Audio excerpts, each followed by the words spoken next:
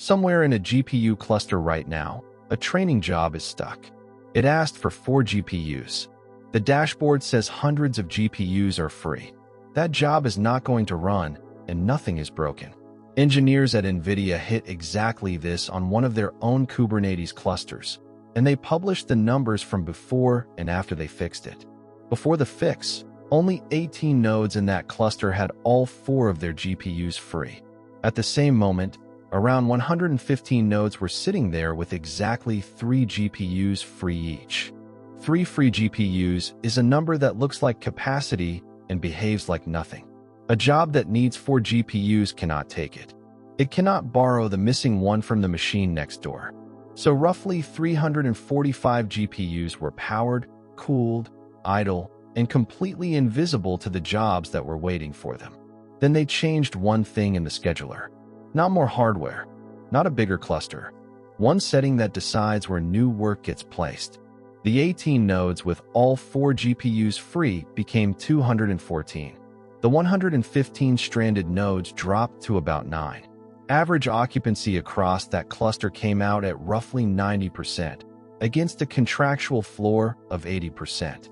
Missing that floor would have meant losing capacity, reclaimed and handed to another team. Same hardware, same jobs. The entire difference was the shape of where things had been put. This has a name. It is called fragmentation. It is the most expensive failure in cluster operations that never shows up as a failure, and by the end of this you will be able to see it coming. To understand how a cluster gets into that state, you need one fact about the way Kubernetes hands out GPUs, and it is stricter than most people expect. A pod runs on exactly one node. Every container inside it is placed together on the same machine, and no part of a pod can straddle 2 machines. So when a pod asks for 4 GPUs, the scheduler is not looking for 4 GPUs in the cluster. It is looking for one single node that has 4 of them free right now. And a GPU is not a shared pool that you draw from. Once the device plugin is installed, each node advertises a countable resource, and the scheduler treats it as an integer in a bucket. Kubernetes calls these extended resources, and the rules on them are deliberately rigid. They cannot be overcommitted. They have to be whole numbers. The documentation lists 0.5 as an invalid quantity outright.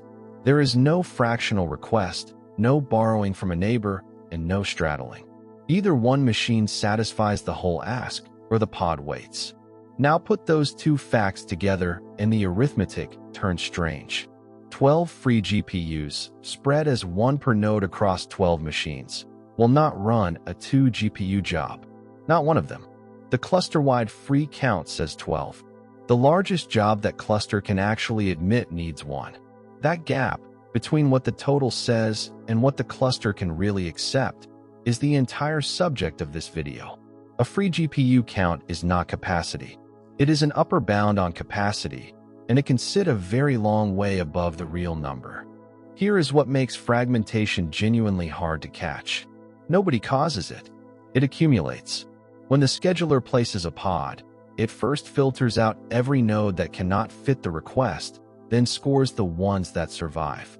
The default scoring strategy in Kubernetes is called least allocated, and it does what the name suggests. Among the nodes that fit, it prefers whichever one has the most resources still free.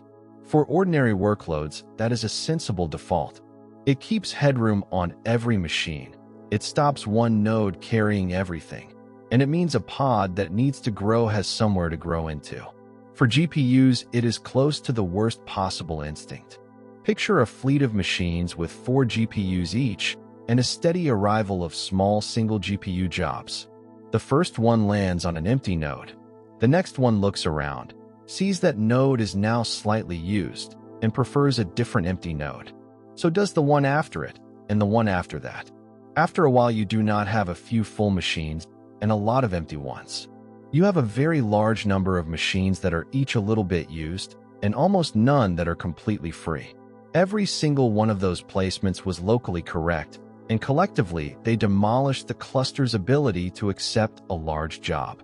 In NVIDIA's case, the detail differed slightly. Their scheduler was assigning work by simple heuristics or random selection, which arrives at the same scattered outcome by a different route. The mechanism varies. The shape of the damage does not. So why does nobody notice until a job refuses to start? Because the number everyone watches is blind to this by construction. Go back to that cluster before the fix, with around 115 nodes, each holding 3 free GPUs. Ask a monitoring dashboard how things are going, and it reports allocation, which is the fraction of GPUs currently handed out. That figure can look perfectly healthy while the free remainder is shattered into pieces too small to use. Allocation measures how much has been taken. It says nothing whatsoever about the shape of what is left, and shape is the only thing that decides whether the next job runs. Which is why this failure is so disorienting in practice. The dashboard is green. The quota is fine. Every node is up. The scheduler is doing precisely what it was configured to do, and it is telling you, correctly, that no node satisfies the request. There is no error to fix, because nothing is broken. The capacity is real, and it is simply the wrong shape. Worse, it deteriorates as the cluster gets busier, which is exactly when you least want it to. The fuller a fleet becomes, the more of its remaining space sits in small scattered pieces, and the smaller the largest job it can still accept. That is the trap in one sentence. The cluster looks its most efficient at the precise moment it has become least able to do the thing you bought it for. For a long time, everybody had a word for this, and nobody had a number for it. That changed with a paper called Beware of Fragmentation, published in 2023. Its authors make the point directly. Although fragmentation is mentioned constantly in scheduling research, its formal definition and quantitative measure remain unclear. So they wrote one. Their definition is worth hearing properly, because it reframes the whole problem. Fragmentation is the expected number of GPUs that cannot be allocated to a task drawn at random from your workload. Notice what that depends on. Not only the cluster, the workload. The same free GPU on the same node is fragmented or not fragmented depending on what you are likely to ask for next. If everything you run is a single GPU job, a scattered fleet is fine. If you run 4 GPU training jobs, that same fleet is close to useless. Fragmentation is a relationship between a cluster and its work, not a property of the hardware. Then they measured a real production cluster, using traces from Alibaba, 1,200 nodes, and over 6,200 GPUs. At the point where that cluster was completely full and could not accept another task, it still had 500 GPUs sitting unallocated.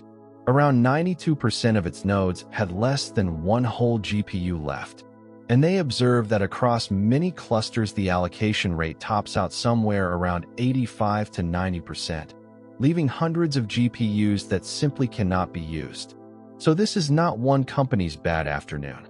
It is a structural property of handing out indivisible resources on a scored placement, and it has been measured on production traces at scale. The fix, once the problem is stated properly, is almost insultingly simple. Invert the score. Instead of sending each new pod to the emptiest node that fits, send it to the fullest node that still fits. Fill machines up before starting new ones.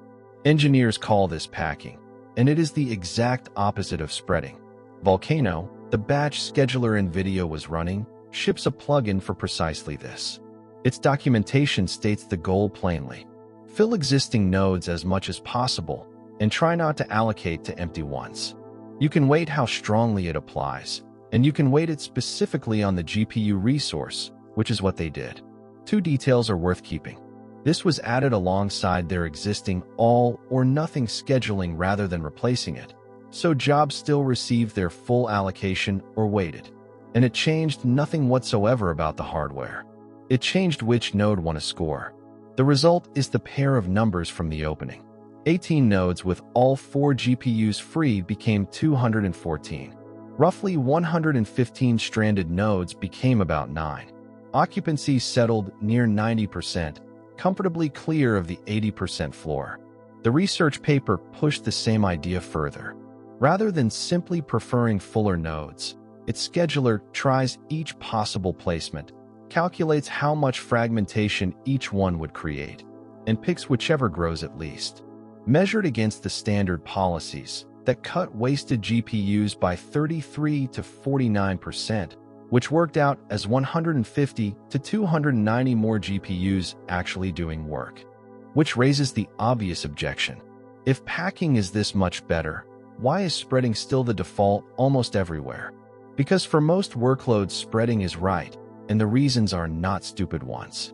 Spreading limits blast radius. When a node dies carrying 8 pods instead of 2, you lose 4 times as much. Spreading leaves headroom on every machine, so a workload that needs to scale up has somewhere to scale into. It keeps noisy neighbors apart. It means a single failed power supply takes down a smaller share of anything you care about. Packing gives all of that away in exchange for one thing. It keeps large contiguous holes available, so big jobs can still be admitted. That trade is an excellent deal for a GPU training cluster and a poor one for a general-purpose fleet running web services. Which is exactly why Kubernetes ships spreading as the default and offers packing as something you deliberately turn on, and why sensible implementations make it a wait rather than a switch. So the real lesson is not that one setting beats another. It is that the default was chosen for a workload that may not be yours.